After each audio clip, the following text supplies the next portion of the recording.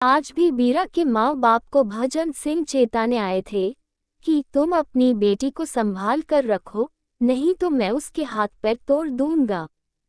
हर रोज बीरा किसी न किसी लड़के से झगड़ा कर लेती थी।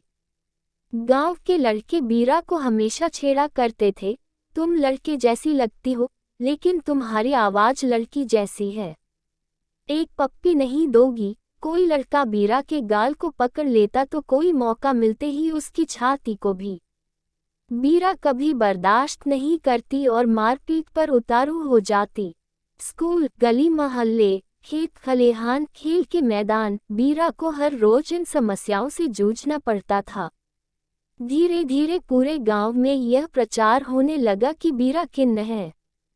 इसी बीच बीरा की मां की मौत हो गई।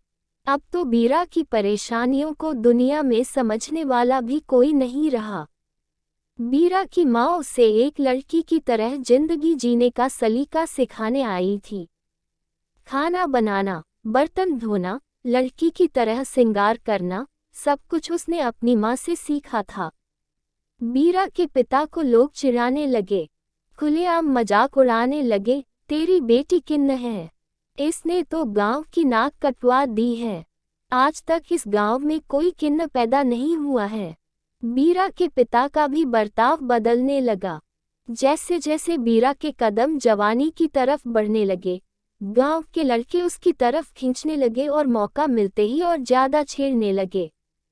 बीरा इन हरकतों से तंग आ चुकी थी।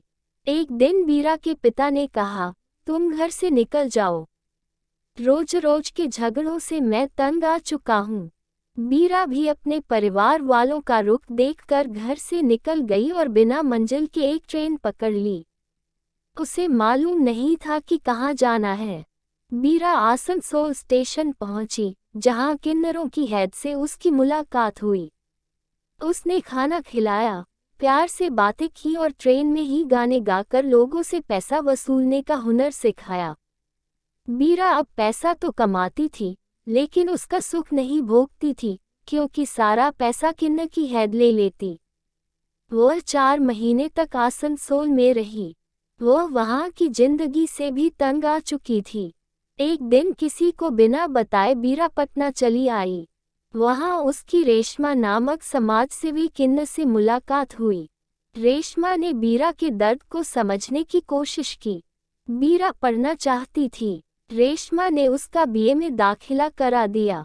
वह मन लगाकर पढ़ने लगी। अपना खर्च निकालने के लिए वह शादी ब्याह और पर्व त्योहार के मौके पर ऑर्केस्ट्रा में नाच गाने का काम भी करने लगी। बीए करने के बाद बीरा ने कोचिंग की और बीपीएससी की तैयारी करने लगी। पहली बार में वह नाकाम हुई, पर दूसरी बार बीपीएससी पास कर गई। उसकी खुशी का ठिकाना नहीं रहा।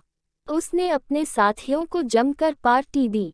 बीरा के पिता को जब गांव वालों से मालूम हुआ तो उन्हें यकीन ही नहीं हो रहा था कि जिसे वे और गांव वाले हिकारत की नज़र से देखते थे, वह बीरा पढ़ लिखकर अफसर बन जाएगी।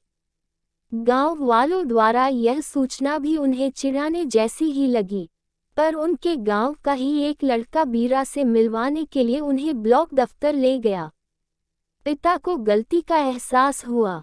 बीरा ने अपने पिता से गांव का हालचाल पूछा और यह भी बोली, पिताजी, अब आपको गांव के लोग यह कहकर नीचा नहीं दिखाएंगे कि आपकी बेटी किन्न है। बीरा ने यह भी पूछा कि गांव की मुख्य समस्या क्या है।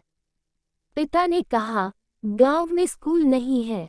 बीरा ने अपने पैसे से गांव में स्कूल खुलवाने का वादा किया।